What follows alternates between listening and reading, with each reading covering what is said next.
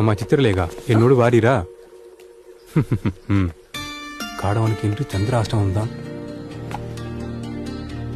காடவராயரே, உங்கள் சந்திப்பை சற்றும் எதிர்பார்க்கவில்லை.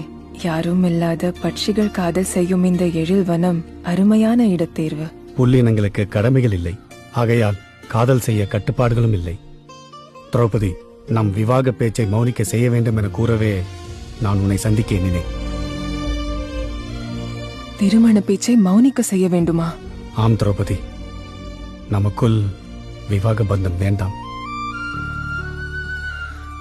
ஏன் இந்த முடிவென்று அறியலாமா வீரசிம்மரே? என்னை மணக்க உங்களுக்கு என்ன தடை என்பதையாவது கூறுங்கள். கருட படையில் நான் இருக்கிறேன், அது ஒன்று போதாதா? அது உங்கள் பணி, தடை இல்லை. எந்த நேரத்திலையும் இறக்க தயாராக இருப்பவன் நான். அதுதானே சத்திரிய லட்சணம். இருக்கலாம், ஆனால் நான் இப்பொழுது கருட படையில் உள்ளேன். பேரரசரை உயிரை கொடுத்து காக்கும் பொறுப்புள்ளது. தவறினால் துர்கையின் முன்பு என் தலையை நானே வெட்டி அரிகண்டம் கொடுத்து உயிர் தோற்க வேண்டும் என்பது தெரியுமா?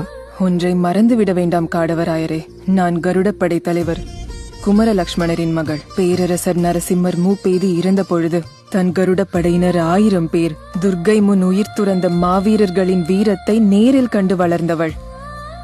ஒவ்வொரு சத்திரிய குல பெண்களும் இப்படியான மாவீரர்களைத்தான் மணந்து கொள்ள விரும்புவார்கள். ஏனென்றால் இப்படிப்பட்ட மாவீரர்களை பெற்றெடுப்பதே நாங்கள்தான். இந்த வீரம் அடுத்த தலைமுறையும் தொடர வேண்டும் என விரும்புகிறேன். என்ன விளங்குகிறதா?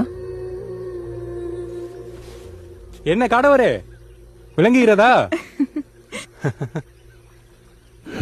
எனில் சம்மதம் கூறுங்கள் காடவராயரே. நிச்சயமாக நான் கருடப்படையில் இருப்பது உனக்கு ஆட்சேபனை இல்லையா? இல்லை, எனக்கு விருப்பம்தான்.